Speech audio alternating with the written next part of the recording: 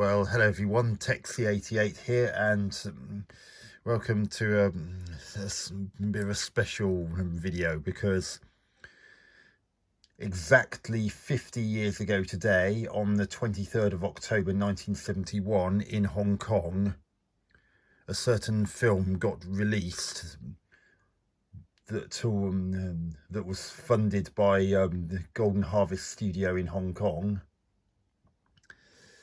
and became a massive global phenomenon and launched them and launched Bruce Lee into superstardom.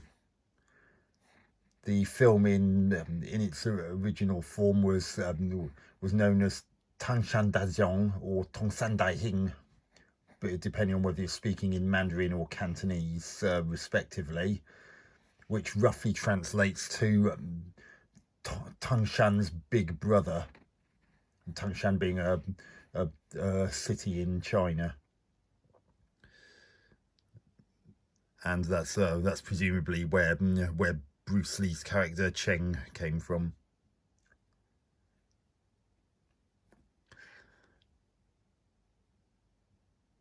The film was shot in Pak Chong in Thailand, which was really cheap to shoot in at the time, and it helped to keep costs down. And I mean, as it is, the budget for the film was quite a bit more than they were hoping it would cost. But bearing in mind that Hong Kong productions didn't and still don't have anything like the kind of budget of their Hollywood counterparts, so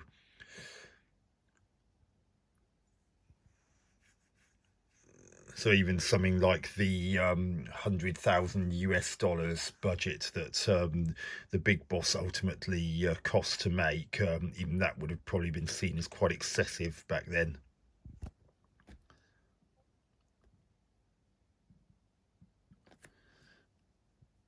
But the film itself also completely changed the way action thrillers were done from then on. I mean, when it came to fight scenes, there was more of a rationale behind whether or not someone won or lost. I mean, prior to that, it was pretty much a case of the hero or heroine won because they were the goodie, and the villain lost simply because he or she was the baddie.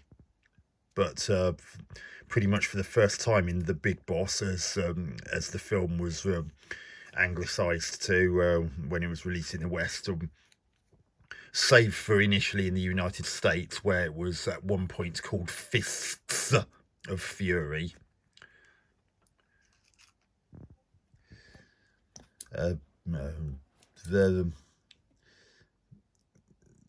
It actually gave more of a rationale for heroes and heroines emerging victorious, and also managed to heavily influence the way fight scenes in general were done from that point on. I mean, when you see fight scenes like those in, say, The Bourne Identity and The Bourne Supremacy and The Bourne Ultimatum, etc., and even to a certain extent the fight scenes in the Marvel Cinematic Universe, who knows what those fight scenes would have looked like without the impact that The Big Boss had.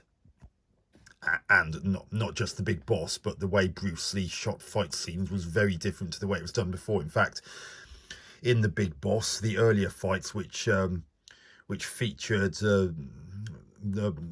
which largely centered around a character played by a then major Hong Kong star called James Tien. In fact, he was actually on board in case, for whatever reason, Bruce Lee couldn't carry a film. But as it turned out,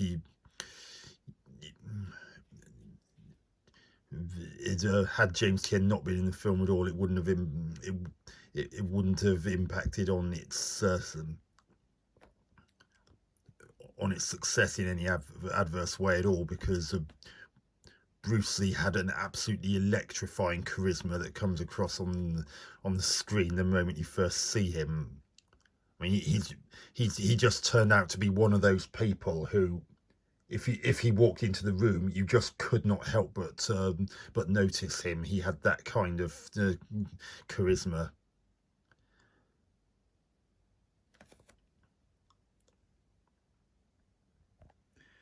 And at the time, Bruce was also reeling from having not managed to become the success in the United States, where he had originally studied and was living with his wife Linda. I mean, he tried to be he tried one or two minor film roles, during the 1960s, for instance, after having been discovered during a martial arts tournament. And he also appeared in the 1960s TV series The Green Hornet, which unfortunately was cancelled quite quickly. But although it was cancelled quickly, somehow the episodes of The Green Hornet made it to Hong Kong, and they were massively successful there. And it's ultimately that which led to the studio being willing to take a risk in hiring Bruce Lee for the Big Boss, and that was a very good call, because he, not content with being an exceptional martial artist in his own right, he was also able to parlay some of his martial arts logic into the way he shot for fight scenes in films.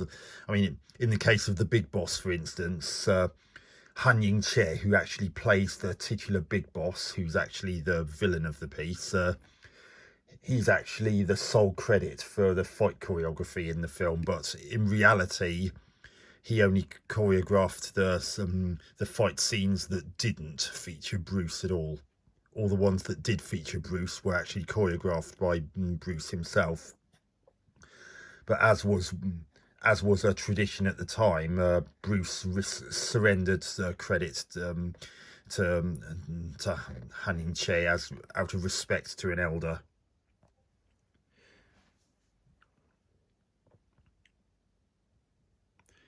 And of course, we all know that the success of the Big Boss, which ultimately grossed almost 50 million US dollars, which was just about enough to go against it, to make up for the $100,000 US dollars worth it ultimately cost to make the film in the first place. It led to the Big Boss being followed up with the film Fist of Fury, which at one point was known in the United States as The Chinese Connection.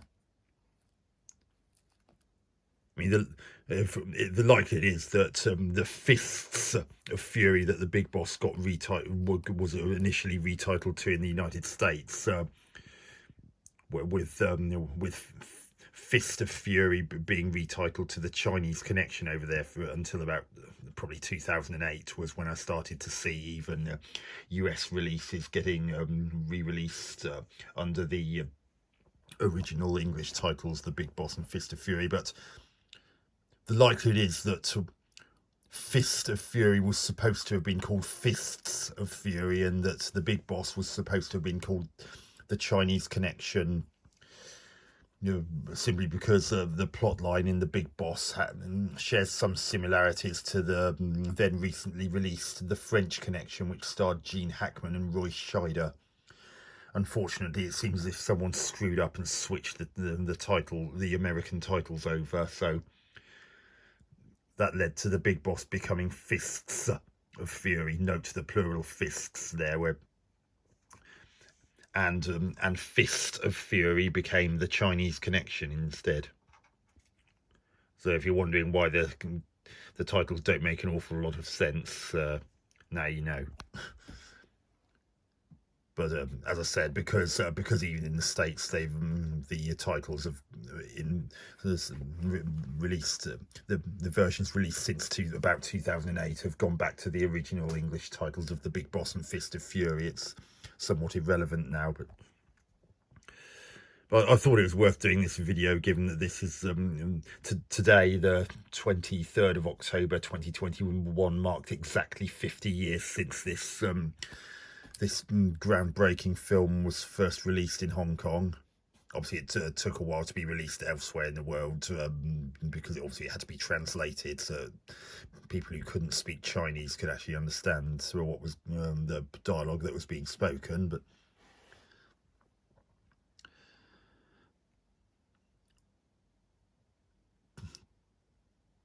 But the fact that it had such a massive impact on action and fight scenes from that point onwards, its presence in film history simply is too great to ignore.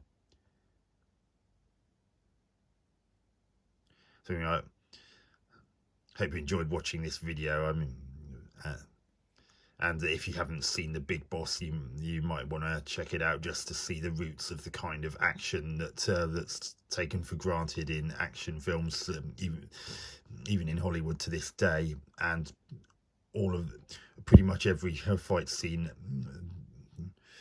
or at the very least most of them, owe a debt of gratitude to what Bruce Lee brought to on-screen fight choreography, and even the way it's shot and edited made all the difference. So I hope to catch you on another video soon. Texie88 out.